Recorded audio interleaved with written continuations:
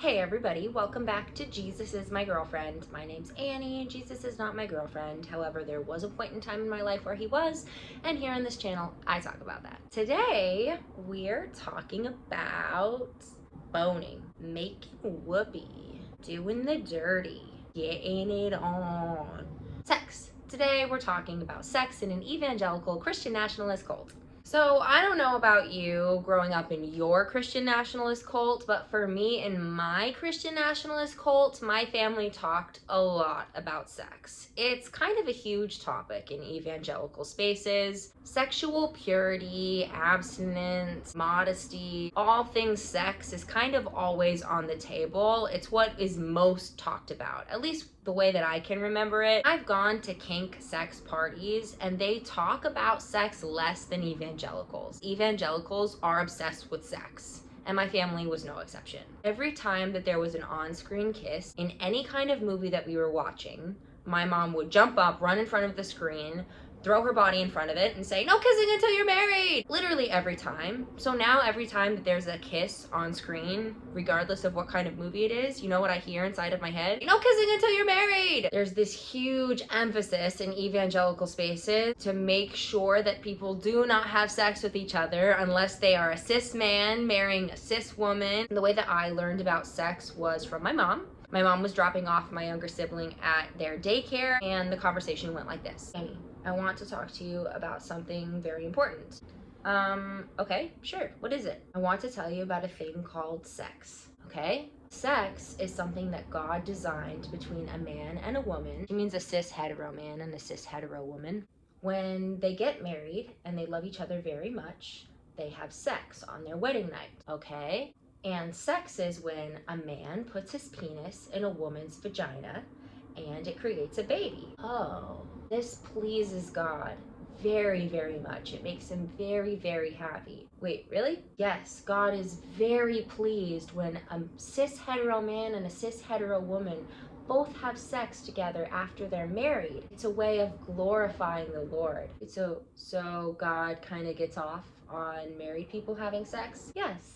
But God does not like it when people have sex outside of the confines of marriage. Oh, okay. If you have sex outside of marriage, even though it feels good in the moment, God hates it. It makes him very, very sad. It displeases him greatly. Oh, no. But you won't have to worry about that because you're not getting married for a long time. And the conversation basically went like that. There were no topics that included consent, communication, pleasure, different types of sex, different types of sexual orientations, or even not enjoying sex. There's no room for queer people or ace people in this conversation. Basically, you only exist in evangelicalism as a cis hetero man or a cis hetero woman, and everything else is kind of a fairy tale written by Satan. And that was that. I don't think I had any other conversations with my mom around sex for a long time after that. We never really broached the topic again, and I really just had that information to sit with as a 5th grader,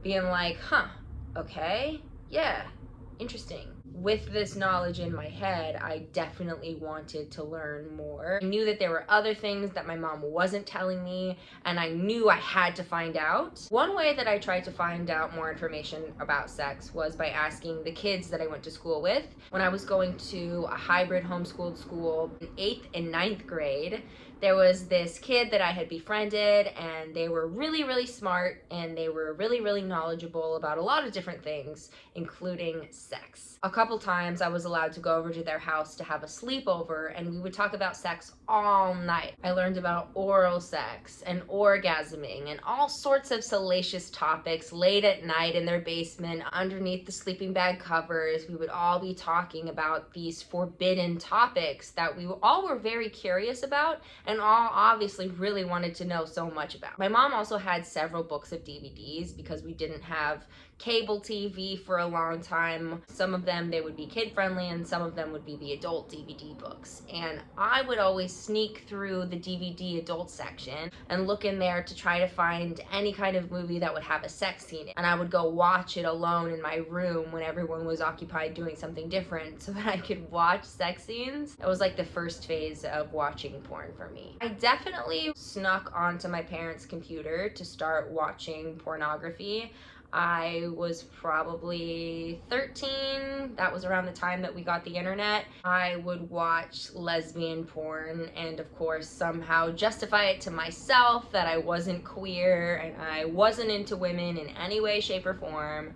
But I only did that a couple of times because I was so worried that I was going to get found out. Of course, I would go back and I would delete my history and I would close all my tabs and I would try to make sure that I covered all my bases. But I was really, really concerned that somehow my parents were going to find out and I was going to go to conversion camp or have to do some other kind of wild penance for watching pornography on my parents' home computer.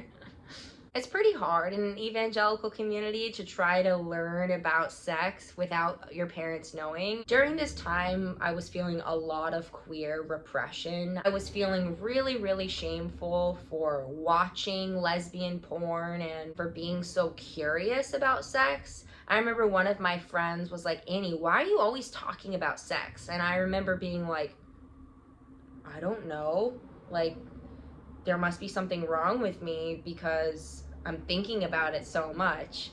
And now, knowing what I do, it's so very much age appropriate to be thinking about sex as a 12 or 13-year-old. A lot of 12 or 13-year-olds are thinking about sex, and yet I was very much ashamed.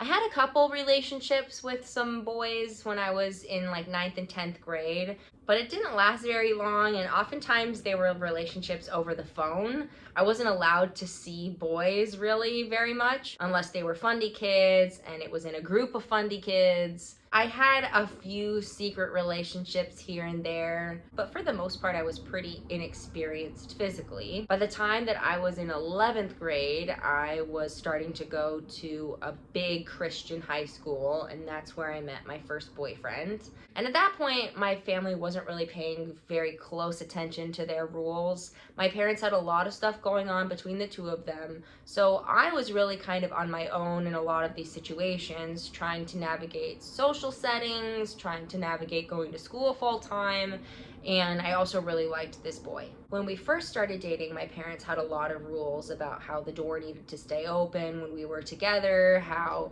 we had to be with either his parents or my parents, and they were really trying to enforce these courtship type of rules, but I refused to call us dating courting. And whenever I went over to his house, he would drive me around. So we really got out of the supervision rules pretty easily. We were pretty physical with each other pretty early on. We were both waiting to have sex. And when I say sex, I mean like the way that it's taught in evangelical communities, penetrative vaginal sex. There's actually kind of this funny trope in evangelical spaces where young kids will be dating each other and they're told they're not allowed to have sex, but they're obviously very full of hormones and want to be touching each other. So they end up having all different types of sex with each other except for penetrative vaginal sex. Like they'll have anal sex and they'll have oral sex, and somehow that makes them still a virgin, which is so funny to me. I wasn't waiting to have sex until I was married. I just really wanted to wait for it to be special, and I think my boyfriend really wanted to wait for it to be special as well. I kind of always knew that I was gonna have sex before I was married. Even as like a 12, 13-year-old, I just kind of always knew that that wasn't gonna be for me. It always kind of seemed like the way evangelicals talked about it, sex was very salacious and tantalizing when they talked about premarital sex, and it sounded kind of boring once people got married. I kind of feel like the way that they talk about sex from the pulpit and in these evangelical spaces kind of shoot themselves in the foot. I think we waited until about a year of dating, and I remember being almost a little underwhelmed once we had sex for the first time, because the way that it's taught in these communities is that your whole life is going to change. Like, your body is going to start levitating and angels are going to start singing and you're orgasming and God's orgasming and your partner's orgasming. You're going to feel changed. You're going to be bonded spiritually with your partner. And if you're not married, then you're going to feel broken and empty and completely worthless, and you'll be basically have given your soul away to this person. And for me, it just wasn't either of those experiences.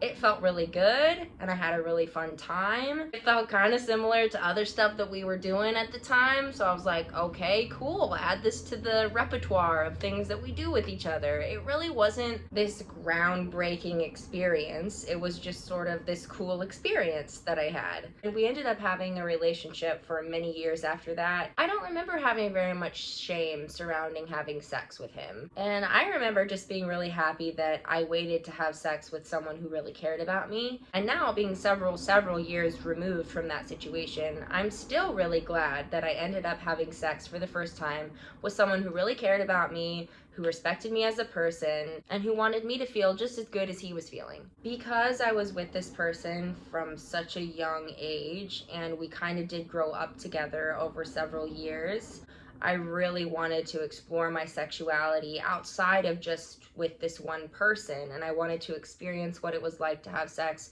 with other people, other people's bodies, and just explore my sexuality in general, as I had changed and my sexual preferences had definitely changed as well. I had learned about ethically non-monogamous relationships and polyamorous relationships in an ethics class in college, and I remember bringing this up to my boyfriend at the time and was like, have you ever heard about this? Would you ever want to try this out? And at the time he wasn't really ready or interested in that type of dynamic, and ultimately that led to us breaking up. Since that time, I identify as an ethically non-monogamous person and have really only had polyamorous relationships. For me, I find it the most natural way to be in relationships with other people. I've never felt like committing to one person for the rest of your life is the way I experience love and sexuality. I think people change a lot, and oftentimes asking one person to be everything to us, sexually, romantically, emotionally, spiritually,